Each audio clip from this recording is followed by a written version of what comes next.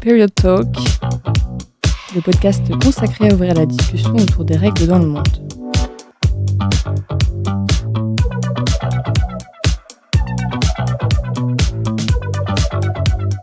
Bonjour et bienvenue, nous sommes les Réglettes, une association ayant pour objectif de participer à briser les tabous autour des menstruations et à lutter contre la précarité menstruelle.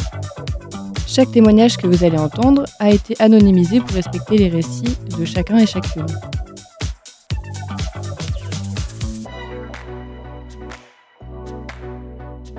Dans ce troisième épisode, nous allons vous faire écouter des témoignages illustrant des vécus de personnes menstruées à travers le monde, en abordant des thèmes essentiels comme les douleurs, les tabous autour des règles et bien d'autres. Pour enrichir ces témoignages, nous allons parfois compléter avec des informations et actualités liées à ces portraits. Les règles ne sont pas qu'une question de genre. Pour rappel, les personnes menstruées ne sont pas toutes des femmes. Peu importe qui nous sommes, nous avons toutes et tous un rôle à jouer dans la déstigmatisation des règles. Les témoignages qui arrivent montrent l'impact du comportement de certains hommes sur le bien-être et confort des personnes menstruées. Quand j'étais petite, peu de temps après avoir eu mes premières règles, je savais pas qu'il fallait que j'apporte plusieurs serviettes avec moi quand je sortais car on ne m'avait jamais expliqué.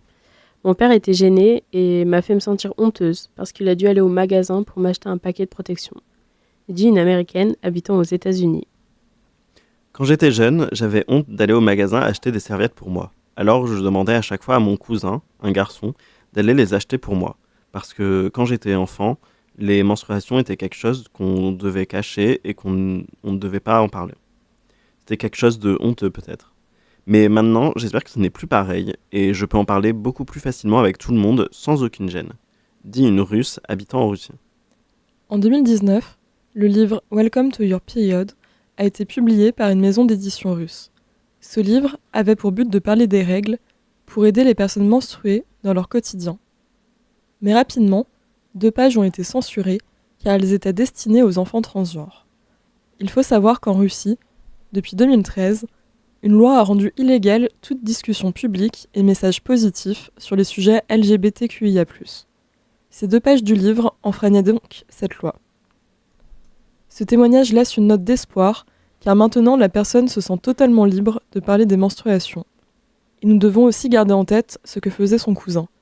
Il n'allait pas seulement acheter les protections périodiques, mais il permettait aussi à sa cousine de ne pas se confronter au regard des autres lors de ses achats. Ces témoignages sont plus centrés sur des ressentis très personnels et intimes.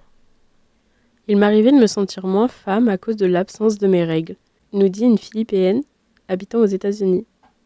Quand j'ai commencé à avoir mes règles, c'était un sujet dont je ne pouvais pas parler ouvertement avec ma famille.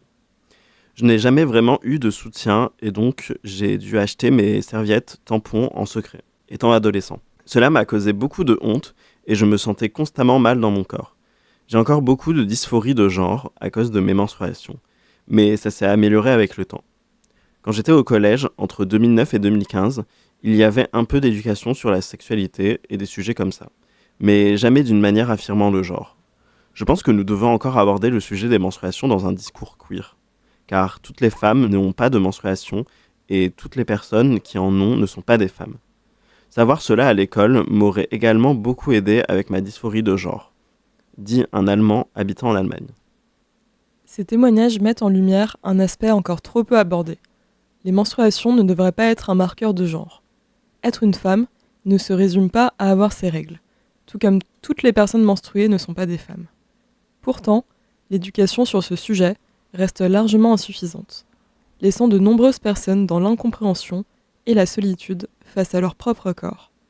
Une éducation plus inclusive permettrait de mieux accompagner celles et ceux qui vivent cette réalité, en leur offrant le soutien dont elles ont besoin. Ensuite, nous allons écouter un court témoignage sur un trouble encore trop peu connu.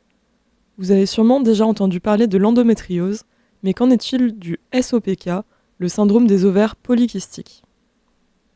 J'ai peut-être le SOPK et cela rend mes règles assez rares. Mon cycle dure environ 40 jours. Je peux pas vraiment prédire quand j'aurai mes règles, c'est un peu étrange. Parfois, j'ai l'impression de pas pouvoir vraiment faire confiance à mon corps, dit une Française habitant en France.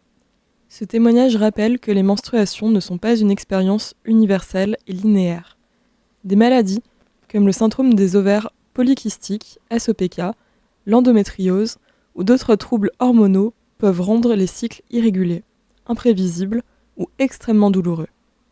Pour beaucoup, cela signifie une perte de contrôle sur leur propre corps et un sentiment d'incertitude constant. Pourtant, ces réalités restent largement méconnues et sous-diagnostiquées, renforçant l'isolement des personnes concernées. Une meilleure sensibilisation et reconnaissance de ces conditions est essentielle pour offrir un accompagnement adapté et briser le tabou qui les entoure. Les témoignages qui vont suivre sont centrés sur la contraception et ses effets sur le cycle menstruel, qui peuvent être positifs ou négatifs. On m'a mise sous contraception de 2019 à 2023 à cause de ma vie sexuelle active. Cela a rendu mes humeurs, mes douleurs menstruelles et mes saignements 10 fois pires, et mes règles duraient en moyenne 2 semaines. Les médecins n'arrêtaient pas de me changer de méthode après plus de 6 mois avec l'une d'elles. J'ai finalement arrêté la pilule et mes règles sont maintenant régulées à 5 jours maximum et elles sont toujours précises. Pour moi, la pilule n'est pas assez étudiée pour comprendre comment elle affecte le corps des femmes et les médecins l'utilisent comme méthode de contraception dans de nombreux cas alors qu'elle n'est pas toujours bénéfique, nous dit une Américaine habitant aux États-Unis. Je prends la pilule pour des raisons médicales et je la prends depuis mes 14 ans. Les stéréotypes auxquels j'ai dû faire face à cause de ça étaient horribles, au point que je me sentais honteuse de la prendre. Maintenant, j'en parle ouvertement et je veux encourager les autres en leur disant qu'il n'y a rien de mal à la prendre, surtout pour des raisons médicales, dit une Américaine habitant aux États-Unis. La pilule ne devrait pas être proposée comme seule solution à des symptômes gynécologiques, mais sa prise ne devrait pas non plus être associée à l'utilisation contraceptive seule. Le témoignage suivant est l'illustration de la dure réalité à laquelle font face les personnes menstruées dans des sociétés encore très patriarcales et où les tabous autour des règles sont loin d'avoir diminué. Attention, ces témoignages vont parler de violences domestiques et de misogynie. Ils peuvent donc choquer les personnes sensibles. Mon père et mon grand-père violents ont frappé ma sœur parce qu'elle était sortie jeter sa serviette hygiénique pendant une dispute. Ils pensaient qu'elle essayait de s'enfuir et donc de leur manquer de respect. En plus, ma mère ne me laisse pas laver mes sous-vêtements dans la machine à laver parce qu'elle considère ça comme impur et insalubre, vu que je pourrais y avoir saigné. Donc je dois les laver à la main pendant mes règles, ce qui est super pénible et une vraie galère, surtout que même les tâches de base sont difficiles pour moi à cause de ma dépression. Dans mon pays, il y a un énorme manque de sensibilisation sur le SOPK, le syndrome des ovaires polykystiques, et les problèmes liés aux règles. Mon premier gynécologue m'a mal diagnostiqué en disant que c'était normal et que j'exagérais juste la douleur. Mon deuxième médecin m'a prescrit des médicaments qui affectent ma dépression et mon anxiété, me causent de graves problèmes gastriques et me font vomir si je ne mange pas à temps ou si mon alimentation n'est pas correcte. En plus, ça n'a pas du tout soulagé mes douleurs menstruelles, ça les a même empirées, au point que j'ai failli m'évanouir à cause de la douleur atroce et de la faiblesse de mon corps. Quand je suis retournée voir le médecin pour parler de ces problèmes, elle a juste augmenté la dose de mon antidouleur et m'a dit de pas revenir avant 3 mois parce que le médicament allait forcément régler mon problème. 2 mois plus tard, après avoir dépensé des milliers de roupies en médicaments, que j'ai du mal à me payer parce que je suis élevée par une mère célibataire, loin de mon père violent qui ne m'apporte aucun soutien, ça m'a toujours pas beaucoup aidée et en plus de tout ça, je dois encore gérer les effets secondaires, dit une Sri Lankaise au Sri Lanka. Certaines personnes menstruées adaptent d'ailleurs leur tenue en période de règles, en s'imposant le port de couleur foncée.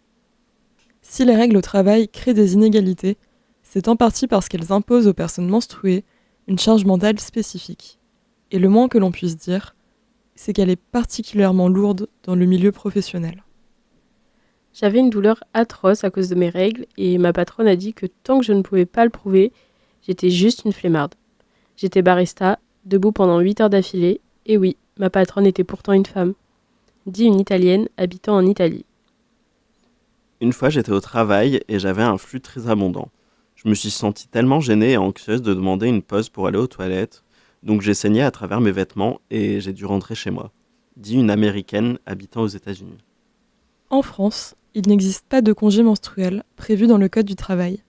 Cependant, certaines entreprises ont commencé à instaurer des congés menstruels. On peut citer la société coopérative, La Collective, qui est la première en France à avoir instauré ces congés. Le premier témoignage nous vient de Malaisie et le second des États-Unis. Mes crampes menstruelles pendant mes dernières règles étaient tellement douloureuses que je transpirais à grosses gouttes et je suis même devenue toute pâle. J'ai dû vomir tellement la douleur était intense. Dit une Malaisienne en Malaisie.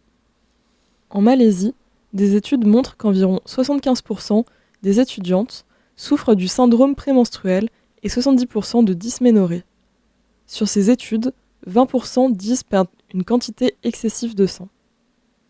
Quand j'étais plus jeune, l'école était difficile parce que j'avais des règles plus abondantes et douloureuses. Je me faisais mettre en retenue pour avoir passé trop de temps aux toilettes. Faire des choses quotidiennes comme travailler, faire mes devoirs ou même écrire à un correspondant était épuisant. Je travaille aussi dans le secteur de la restauration, donc devoir servir les gens en étant souriante tout en ayant les pires douleurs est horrible, dit une Américaine habitant aux États-Unis. Ces difficultés rencontrées peuvent rendre la vie d'une personne presque impossible. Aux États-Unis, le manque de soins entraîne parfois des situations extrêmes, avec des personnes ne pouvant plus supporter les douleurs qui mettent fin à leur jour. C'est pour ça qu'il faut continuer à se battre pour des études, une meilleure prise en compte et une vraie écoute de ces sujets-là. Parfois, les règles entraînent des douleurs si intenses qu'il devient impossible de travailler, d'étudier ou même de mener sa journée normalement.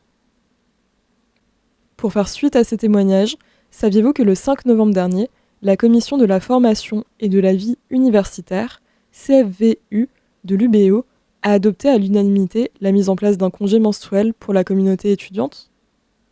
Ce projet, porté par la FEDEB, Fédération des associations étudiantes de Bretagne occidentale, est une avancée importante pour toute personne menstruée de la fac qui permettra, on l'espère, d'améliorer les conditions d'études dans ces moments déjà pas simples à vivre. Les personnes menstruées étudiant à l'UBO vont pouvoir bénéficier, à partir de la rentrée 2025, d'un dispositif allant jusqu'à 20 jours de congé menstruel par an. Merci d'avoir écouté cet épisode de Period Talk. Nous espérons que ces témoignages vous ont permis de mieux comprendre les enjeux de la précarité menstruelle et l'importance de créer la discussion autour du tabou des règles. Retrouvez-nous sur Instagram. À très bientôt, les réglettes.